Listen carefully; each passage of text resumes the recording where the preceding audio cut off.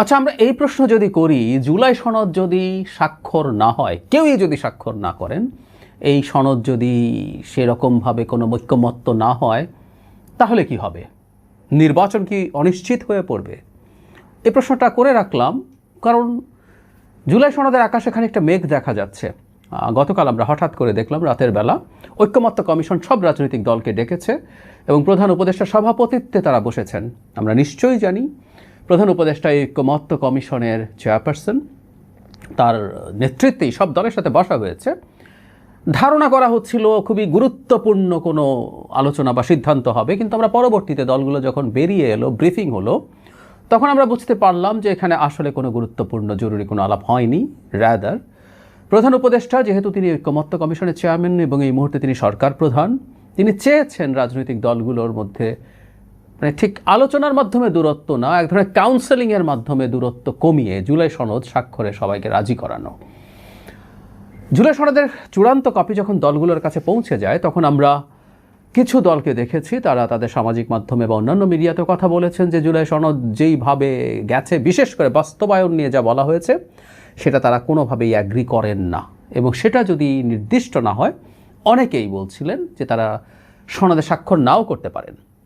আমরা জানি 17 তারিখ শুক্রবার এটা স্বাক্ষর করার জন্য দিন নির্ধারিত আছে। এখন যদি স্বাক্ষর না করা হয় তাহলে কি হবে? সেই গুমট পরিস্থিতিটাকে খানিকটা সহজ করার জন্যই প্রধান উপদেষ্টা সবার সাথে বসেছেন বলে মনে হয়। কিন্তু এরপর অনিশ্চয়তা রয়ে গেছে। এনসিপি বেশ শক্তভাবেই বলেছে তারা এখনও আসলে নিশ্চিত নন কি করবেন তারা। একই সাথে আমরা জামায়াতে ইসলামীকে দেখেছি, প্রাথমিকভাবে তারা বলেছেন করবেন, কিন্তু আবার কিছুটা অনিশ্চয়তার বক্তব্য পরবর্তীতে এসছে। আমরা এভাবে যদি এখন চিন্তা করি যে আসলে কি হতে যাচ্ছে, আমি আগে একটু বলে রাখি যে আমি ধারণা করি শেষ পর্যন্ত সবাই এই সনদে স্বাক্ষর করবেন। মানে অনেক রকম কনফিউশন আছে, যদিও এখানে একটু এই বলাটা ঠিক হয়নি।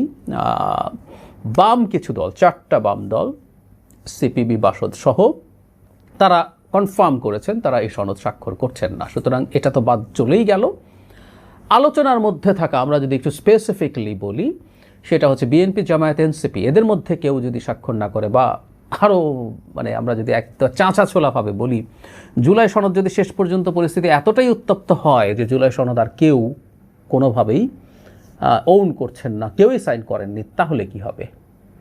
আমি দেখলাম জুলাই সনদের সাথে নির্বাচনকে রিলেট করার একটা টেন্ডেন্সি আছে। আমি গতকাল 3টা টকশোতে অন্তত পার্টিসিপেট করেছি এবং এর মধ্যে ঘুরে ফিরে এই ধরনের আলোচনা এসছে, যদি জুলাই সনদ বাস্তবায়িত না হয়, মানে বাস্তবায়িত কথাটা ঠিক না, সাইন্ড না হয়, সাইন্ড হলে তারপরে যাবতীয় প্রসেস আছে সেগুলো অনুযায়ী বাস্তবায়িত হওয়ার জন্য তো একটা সময় থাকবে, তাহলে কি আমাদের নির্বাচন নিয়ে অনিশ্চয়তা তৈরি হলো কিনা?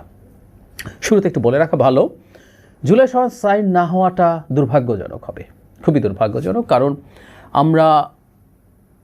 আমি ব্যক্তিগতভাবে মনে করি না সংস্কার অনেক বড় এজেন্ডা ছিল শেখ হাসিনা পতনের আগে, তারপরও আমরা সংস্কার প্রয়োজন বলে মনে করি। এটাকে আমি উড়িয়ে দিতে চাই না, যেহেতু রাষ্ট্র কীভাবে ফাংশন করে সেটা মোটামুটি বুঝি, বোঝার চেষ্টা করি, এখনও করছি। তাই মনে করি বেশ কিছু সংস্কার আছে যেগুলো হলে এই জাতির জন্য, এই রাষ্ট্রের জন্য ভালো হবে, আমাদের গণতন্ত্রকে প্রাতিষ্ঠানিক রূপ দেওয়ার জন্য সাহায্য করবে। কিন্তু লিখে দিলেই হয়ে যাবে, বহুদিন এই তর্ক করেছে, এগুলো খুবই খুবই নভিস চিন্তা, খুবই নভিস চিন্তা। তারা আসলে খোঁজখবর রাখেনি না সারা পৃথিবীতে কি হচ্ছে না হচ্ছে কনস্টিটিউশনাল ফ্রেমওয়ার্কের মধ্যেই। কিছু সংস্কার করতে পারলে ভালো ছিল। এবং আমি মনে করি, সত্যিকার অর্থে মনে করি, সবার নোট অফ ডিসেন্টগুলো যদি সরিয়েও ফেলি, যে চেহারা দাঁড়াচ্ছে আমাদের সংস্কারের, জুলাই সনদের, আমি মোর দ্যান হ্যাপি। আমরা মানে অনেক কিছুই দীর্ঘদিন ভেবেছি হয় নাই, কিন্তু হয়েছে। আমি একটা জাস্ট বলি, অনেক কয়টা আছে, কিন্তু একটা যদি বলি, বিচার বিভাগের পূর্ণাঙ্গ পৃথকীকরণ হচ্ছে সচিবালয় সহ, বিরাট অর্জন, বিরাট অর্জন। আবারও বলছি, এটা টেকনিক্যালি হয়ে গেলেই যে সব সময় স্বাধীন বিচার বিভাগ হয়ে যাবে তা না, সেটা আরেক আলোচনা। কিন্তু এই যে আমরা যেহেতু থিওরিটিক্যাল আলোচনা করছি, যাই হোক, এই সনদটা স্বাক্ষরিত হওয়া উচিত নোট অফ ডিসেন্ট সহই। নোট অফ ডিসেন্ট সহ মানে হচ্ছে যারা যারা যেটা নোট অফ ডিসেন্ট দিয়েছেন তারা যদি ক্ষমতায় যান, তারা যদি সেটা করতে না চান, সেটার মধ্যে উচ্চবাচ্য করা ঠিক হবে না, ঠিক হবে না। কারণ ও তো বলেই দিচ্ছে এটা মানবে না, তাহলে কি করার আছে? যেটা করার আছে সেটা হলো রাজনীতি করার আছে। যারা মনে করেন এটা দরকার আছে তারা মাঠে যাবেন, জনগণকে বোঝাবেন। যারা মানেননি, তারা না মেনে কতটা ক্ষতি করছেন জাতির, জনগণের, তারা কতটা শেখ হাসিনা হয়ে উঠতে চাইছেন, এগুলো বলবেন। এগুলো বলার মাধ্যমে রাজনীতি হবে, বিএনপির ওপরে চাপ তৈরি হবে যদি বিএনপি ক্ষমতায় যায়, যেগুলো সে মানে নাই, তখন সে নিজেই করতে পারে, না হয় যারা বলছেন তারা জনগণকে কানেক্ট করতে পারলে তারা নির্বাচিত হয়ে সব কিছু করতে পারবেন। সো এই প্রসেসেই চলার কথা, কিন্তু না, যদি সেটা না হয় তাহলে কি দাঁড়াবে? নির্বাচনের সাথে কি আসলে এই সনদ স্বাক্ষর জড়িত? আমরা এভাবে যদি চিন্তা করি, এই সরকার ক্ষমতা নিল, অন্তর্বর্তী সরকার, এবং একটাও সংস্কার কমিশন তৈরি হলো না, কোনো সংস্কার হলো না, কোনো ঐক্যমত্য কমিশন না, কিছু না, তাহলে কি হতো? তার কাজ কি ছিল? একটা অন্তর্বর্তীকালীন সরকার যখন এই ধরনের পরিস্থিতিতে দায়িত্ব নেয়, তার কাজ হচ্ছে বাংলাদেশ যেহেতু কনস্টিটিউশনালি একটা গণতান্ত্রিক দেশ, গণতান্ত্রিক ব্যবস্থায় তাকে তুলে দিয়ে যাওয়া। শেখ হাসিনার বিরুদ্ধে মূল অভিযোগ ছিল শেখ হাসিনা দেশের নির্বাচনী ব্যবস্থাটা তাকে ধ্বংস করে দেশের গণতান্ত্রিক ব্যবস্থাটাকে নষ্ট করেছেন। এখানে বলে রাখা ভালো, পৃথিবীতে কোনো পারফেক্ট গণতান্ত্রিক দেশ নাই, বিভিন্ন রকম র্যাঙ্কিং করে। আমরা এর মধ্যে ইকোনমিস্ট ইন্টেলিজেন্স ইউনিট বা ইআইইউর র্যাঙ্কিংয়ের কথা জানি, যেখানে নানানভাবে ভাগ করা হয়েছে। আমরা ফ্রিডম হাউসের কথা জানি, আমরা বেরটেলসম্যান স্টিফটুংয়ের কথা জানি, যারা বিভিন্নভাবে গণতন্ত্রকে র্যাঙ্কিং করে। তো ইআইইউ অনেক আমাদের জানা আছে, যাদের সর্বোচ্চ ক্যাটাগরিটা হচ্ছে মানে ফুল ডেমোক্রেসি, নিচে ফ্লড ডেমোক্রেসি, হাইব্রিড রেজিম, তারপর হলো অথরিটারিয়ান। তো ফুল ডেমোক্রেসি যেগুলো আছে সেও কি সব পয়েন্ট পায়? হাইয়েস্ট সব মানে যত পয়েন্ট আছে সব পায়? উত্তর হচ্ছে পায় না। সো পারফেক্ট কোনো গণতন্ত্র নাই।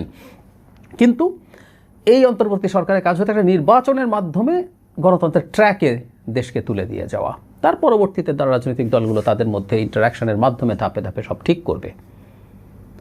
এখন কিছু সংস্কারের কথা হলো, কিছু সংস্কার করতে পারলে ভালো, খুবই ভালো, উচিত হবে, জরুরিও। কিন্তু যদি না হয় তাহলে কি হবে? এই সরকার কি নির্বাচন তাহলে না দিয়ে বসে থাকবে? আমরা যে দলগুলো, যদি কোনো দল আমরা এইভাবে যদি চিন্তা করি, তারা জুলাই সনদ স্বাক্ষর করলো না, এই রাগে ক্ষোভে কি তারা নির্বাচন থেকে দূরে থাকবেন? বা আমরা এইভাবে যদি প্রশ্ন করি, দূরে থাকা উচিত হবে?